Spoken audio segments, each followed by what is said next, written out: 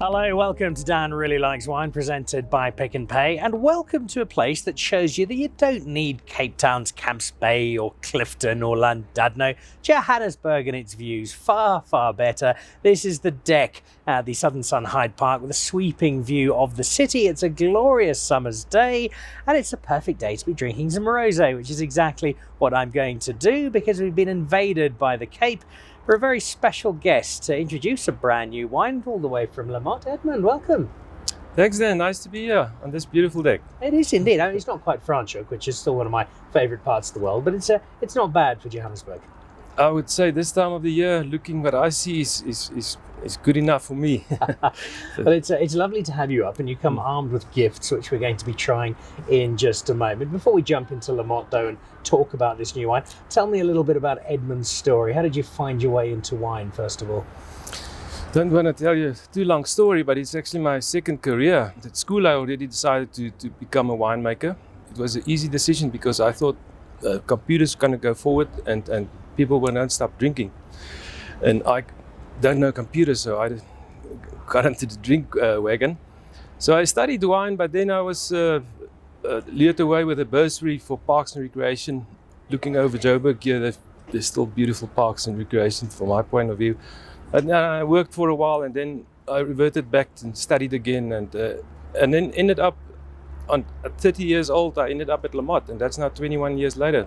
So I've been with La Motte for 20 years. Everything I know about wine, I learned from the previous winemaker, and my journey through the wine world. So it's a remarkable property, La Motte, under the guidance of Mr. Kirklenberg and Hanley as well. And there's not just the wine, there's a fabulous restaurant, lovely art collection, so much culture. It must be a really vibrant place to work. Yeah, it's actually very nice always to see the people that come there, that how they enjoy themselves. They always come uncertain and a little bit nervous, and especially when they come for a tasting and I can have them for a while. Very often they're in a hurry, but sometimes we can take as much as 3 hours to wander through the cellar and taste barrels and things, and then everybody relax, and very often you hear afterwards it's one of the best wine experience they ever had. So the whole experience at La Motte, you can spend half a day there, the shop, the gallery, the restaurant, of course the tasting room, and the hiking trail. You can do a lot of things there. I have to confess, I've got a particular link with La Motte because when I went down to UCT, having left Zimbabwe and started my university days, we went out, we were supposed to be in classes, and actually we went wine rooting instead, and we ended up in Franschhoek. And it wasn't the farm itself, but we found a wine shop, and I bought a wine that then I thought was quite expensive, but I tasted it and it was amazing. So I sacrificed my book money, and I bought a wine called the Millennium. It was a 1995 vintage, which I took back. I couldn't afford a whole case, but I think I had 3 or 4 bottles. It was the first time I drank it, and ever since then it's been a very special wine for me. Yes, Millennium, we've made it since 1988. Of course, I joined in December 2000, but then it was established, and that was really the wine that put La Motte on the map. We made our first vintage in 1985, so it's in South African terms a fairly old brand. That's why we still have more a market in South Africa, 70%. But the 91 Millennium was really the wine that put La Motte on the map. It got a huge amount of accolades. Today it's our less serious wine and more volume than the flagship is on the Shiraz side, but still very firm favorite of La Motte. Everybody knows it. It's a good ambassador, and also a very important wine because when people see La Motte for the first time, it's very often it's the La Motte Sauvignon Blanc or the Millennium. So Millennium is still standing strong. You mentioned the Sauvignon Blanc. I actually had a glass of the Sauvignon Blanc about 3 weeks ago at a golf course just outside of Kinsale on the south coast of Ireland. The general manager is a big fan of South Africa and South African wine, and he had some there. It's not the first time I've seen La Motte wine abroad. What is the international footprint and the international business of La Motte like? Like I said, our South Africa is our main market. So the South African palate for me is important. But on the other side, we have sort of a classic style. We like the example set by the French. We like classic wines, drinkable wines, low alcohols. So we must take in consideration all those palates. And we're also in the East, which is slightly different. I would call it almost similar to the USA that likes a little bit more sweetness and ripeness. So we must consider everything. But at the end of the day, we export to about 40 countries worldwide, mostly to Europe, Germany, Belgium, Netherlands, but then also a lot towards the East, including a lot of the Eastern countries, Japan growing very nicely. And now also suddenly a little bit to USA, and that complicates the style a little bit, but we're dealing with that like any other South African winery if you want to sell wine. Just to clarify, by East you are referring to Asia, not Germiston. Yeah, not the East, the Far East. Benoni is the Far East. It is indeed. Millennium I know well, the Sauvignon Blanc I know well as well. This is wine I do not know. The new rosé, the Vin de Joie, so a nice French hint to it. It's a really interesting and really exciting time for South African rosé at the moment, because there was a long stretch where it wasn't taken that seriously. It was very sweet, and it was either drunk by 12-year-olds or people who cut hair for a living or drove minis. And now it's a wine that's got a far different image. What do you think has shifted that? Well, I think, first of all, I'm not a rosé specialist, but I've learned a lot about rosé in the last 2 years. COVID times gave us the opportunity really to study something new. But I think it's, from the looks of it, it's always started by a Frenchman called Sacha Lichien, if I pronounce that correctly. He bought a property in 2006 in Provence. Rosé was established, as far as I know, there's a rosé history of 2,500 years in Provence. But he fine-tuned it now suddenly. He brought in some new protocols, and basically the color is very important, and the appearance, very often the darker ones make you think sweet, but by altering the looks and giving it a more pale appearance, it suddenly looks drier. And I think that's the success of the rosé. And of course his brand, which is Whispering Angels, is now worldwide, selling almost 4 million bottles, I think. So everybody is chasing after that success. But in the meantime, every third bottle that's sold in France is rosé, and then rosé's popularity in the US has gone 500% up in the last 20 years. So I would think that is also going towards the rest of the world, including South Africa. And we, with the Mediterranean climate, very similar to the south of France, I think we can also have success with rosé. You mentioned Provence, that at the moment people think internationally of rosé, they think of Provence, specifically Whispering Angel. To what degree are we just trying to copy what they're doing in Provence, or are we looking at them for inspiration but crafting something that is distinctly South African?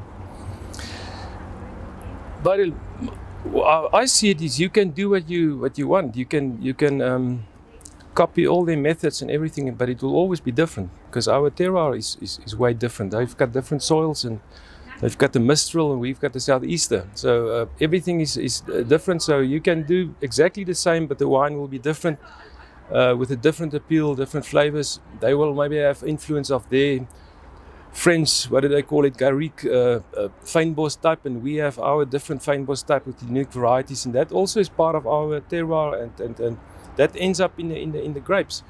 You know, 2 leaves of blue gum tree in 500 kilos of grapes have been proven in Australia to influence the wine's taste. So we've got all those things which is unique. So you will never copy the French, but we can make the same kind of enjoyment out of our grapes. There have been a few people of late who've really taken to rosé. I think of Skulk Willem with Pink Valley and the Otto family wines. They're just dedicated. Gerard down the road from you at Holden Mance make a couple of lovely rosés. And then, of course, the Jean Roy, which has that beautiful bottle and even more beautiful wine within it. When you sat down to plan this, and I'm sure Hein had a quiet hand as well in this discussion, what was the thought process in terms of the wine you were trying to create? Yes, Hein brought the idea. Him and one of our salespeople, Marius Gotze, industry knows him well also, they came with the idea after a visit to ProWine. And they actually met a winemaker who's making wine just next to the village of La Motte, where La Motte's name comes from. So they ended up in a discussion with him and talked about rosé, brought back an example, and they came up with the idea. Now, we rarely change something. We set on our styles, and it goes out of fashion, comes back into fashion. So the owner's rule is also, if you want to make something new, you need to take something away. So we took away a little sweet wine. We made straw wine from Viognier, and we decided, no, we're going full on for this. So then, obviously, people, when they drink rosé, they think it's an uncomplicated wine, and maybe that's the success of it. There's no burden of tradition and things. It's a free for all wine. It spells freedom. But the winemaking thing, it's really attention to detail. There's a few things that, in order to get this nice pale color and to keep it stable. So we went through that journey. You mentioned Pink Valley, Skalk Willem, who's an old colleague that also worked for the Rupert family. He's now there at Taiwas. He taught me a lot. And winemakers in South Africa, they're very friendly with the info, with the equipment. So we just studied, and my colleague Edwin is also at La Motte. We both caught some tips everywhere, and the color especially was a headache in order to get that right. And we sat with bottles of rosé in our office for months on end for the last 2 years. So that was the journey. Eventually, it's about taste. We made a lot of toys, different tanks, a little bit of Shiraz, Carignan. I had Pinot Noir, I had Mourvedre, Grenache, everything. And eventually, we settled now on Grenache, Mourvedre, and 10% Syrah. Not that it's going to be the same next year, depends on the season. There's Cinsault, there's everything. So South Africa, like I said, lends itself to something special. You must just get the combination correct. You've chosen grapes that are not unusual in the making of rosé. What do those different grapes, as we're about to taste it, because I'm dying to, what do those different grapes do in terms of bringing this wine together? Yeah, that's an interesting question. It seems like the most successful ones are very often based as Grenache. We have, of course, very successful other ones like the Cabernet Franc and Cabernet Sauvignon, and there's other ones that's made. Mourvedre is very successful, Babylon Stouren.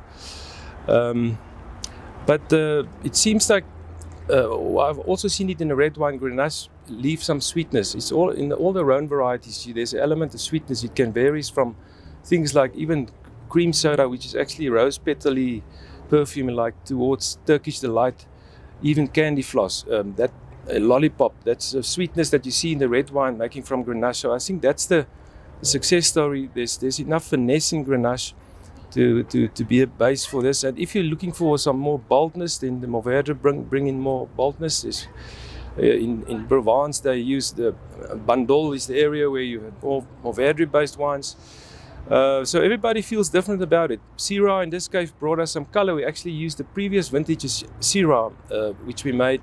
We couldn't get it right, and that helped a little bit with the correct pale color that we were looking for. And Cinsault, last year's experience for me was that it brought some smoothness and body to the wine. So that's all your toys you can play with. At the end of the day, when you want minerality, freshness, you want acidity. This wine, ironically, is not so high in acidity, but we didn't want to increase it because we don't want to add any acidity. We want it natural, but the minerality makes up for the acidity that's maybe not there. So. I think you might have inadvertently got my wife to start drinking rosé, because when you mentioned cream soda, she went to university in Durban and the John Deere was her university drink. So the Canaan cream soda, maybe that will lead her into a rosé, although yeah. I suspect this will be a slightly more refined and elegant drink. Let's have a try of it. It is still nice and cool. As I drink it, temperature is such a key element. I find consistently we drink our white wines too cold in South Africa, and we drink our red wines too warm. Obviously differs on the varietal. What for you is optimal for a glass of rosé? Well, the theory says between 6 and 10 degrees, but you must chuck it in a cooler. It must be in the ice. By the time you pour it in a warmer glass, and in this type of temperature where we mostly enjoy the wine like this, the temperature will rise to between 6 and 10 degrees. So you must start off cold and you will end up with the right temperature. So yeah, to get the best of the flavors and the effect between 6 and 10 degrees in the glass. And importantly, don't take too long to drink it, otherwise it will warm up. This is designed to go down quick. All right, here we go. This is my very, very first taste ever of the brand new rosé from La Motte. Hein Kucklenberg, my expectations are high.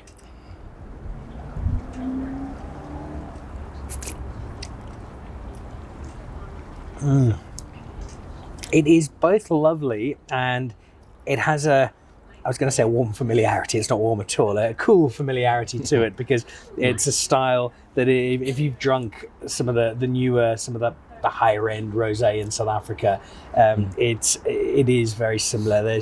You talk about rosé being particularly simple, but it's not completely. There is a little bit of complexity to it, and there is a little bit of layering to it, and it shows rosé in a space which I'm really happy it's found, where it's more than just something that looks pretty in pink under the sun that you throw back nice and cold on a summer's day. There's a lot more to it as a wine. Yeah, that's the great domains and chateaus in France. They've got a range of. This is now one wine from one cellar. They've got maybe 6 different rosés from the same cellar. So there's a range of elements, and you can decide where you want to fix your price and add or your type of complexity with that price. This one is at 110 rand a bottle retailing. It's designed to be very easy drinking, but crisp and refreshing. There's not going to be an intensity explosion of flavor. It's more designed to be a first quenching type of wine. But if you smell, you will remember the old rosés would have been more red fruit. In this case, you will have more nectarine, melon, and even that little sweetness of Turkish delight, which I think will develop as it gets older also. This one's been bottled for only 1 month now, so still some bottle shock. But then the most important is that feeling on the palate, the minerality. It's almost like putting a little pebble in your mouth. That's what we aim for when we blend it, and for many hours. I hope it pleases everybody. Well, there's a playfulness to both the name and the font of the name on the label, and I think there's a playfulness to this wine as well. The joie is certainly there. You mentioned it's only been in a month. What is the drinking time on this? Is this a bottle to keep for a while, or should it be drunk fairly early on in its life? Yeah, I would hate to be the wine like our Sauvignon Blanc culture in South Africa. Everybody wants the newest, the freshest one, and very often for instance, the wine here at the back is our reserve, or the Pioneer Sauvignon Blanc. We release that only in December in order so that people drink it the next year, because it's better in the second year, depending on the origin. I wouldn't know what we did here. I will see in the next few years how it aged, but from what I read, if you use this varieties, if you do it like we did it, it's supposed to age and be still rewarding after a few years, probably a little bit more and longer than Sauvignon Blanc. So not necessarily. I would suggest somebody buy a case and drink a bottle every 6 months, and you can follow it yourself. Maybe more than a case. That sounds like an excellent idea. It's wine that will pair particularly well with summer, with sunshine, with swimming pools, with a good time. And there's a pool that's looking quite tempting just across from us now. It's also wine, though, that we sometimes forget has got very much of a role to play when it comes to food. What am I eating with this? If I drop in at La Motte, if I come through to the restaurant, this is being served, what would you suggest is perfect for this? Yeah, from what I've now seen and read and tasted, I haven't had too much chance to taste it with different cuisine. It's as unsophisticated as the appearance of rosé is. I think there's everything Mediterranean, everything that you would see on a deck like this, served on lunchtime. I was told that it likes garlic a lot, so that makes it nice. Italian food partner, pastas, and really all the things that you can think of when we do a canapé or something like that. I think it's a very wide application, and that's part of the success. Seafood, for instance, which you always get better here up in Johannesburg than down in the Cape, because they export the fresh stuff always towards Joburg, and they leave us the the bad-looking stuff in Cape Town. So seafood, number one, probably paella. So you can go Italian, French, Spanish. I would say a lot of applications, definitely. Yes. Safe one. Chardonnay is always the safe one to have in your fridge. Goes with breakfast even, but I think this is very close to Chardonnay. You suggest garlic. My mother-in-law is the world's finest Greek chef. She uses garlic in ice cream and chocolate cake and absolutely everything she can. I think this, with some of her cooking, would be terrific. So I shall take her a bottle and see what she comes up with. Before we jump into our speedos and go and hit the pool for the rest of the day, where to from here? Where's the journey of this particular wine going? Where's La Motte going for you over the next few years? We want to stay firmly there on a South African market. We're always heading for a 50-50 scenario. That is the safest insurance for you to have as much as possible. For this COVID thing, for instance, we lost a big market in the duty-free shops in Europe.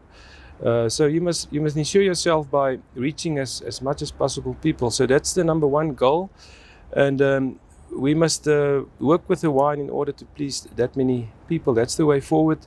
Like I said, we don't add many products very often. This is the first since we've done the PNF range that was in 2000, or the bubbly in 2007. So we always try to push sales. We have a certain limit that the seller can only make so much. I say that's not a problem. We just put in an extra tank, so we can maybe go higher in volume. So no, we'll really see how it goes. It's just really to please as many people as possible with our classic drinkable wine, which with consistency. People must know.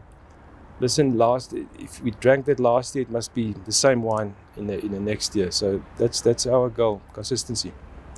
Well, it's early days. My first impressions are most favourable, and I think we've got a lovely addition to the upcoming summer. I am going to look forward to seeing how this tastes in a year, 2 years, 3 years, because I think the journey is very much beginning. But it's a cool journey. It's an exciting one, and it tells a really nice part of this rosé story that South Africa is starting to unfold. So thank you for the wine, and thank you for the time, and look forward to joining you in the pool shortly.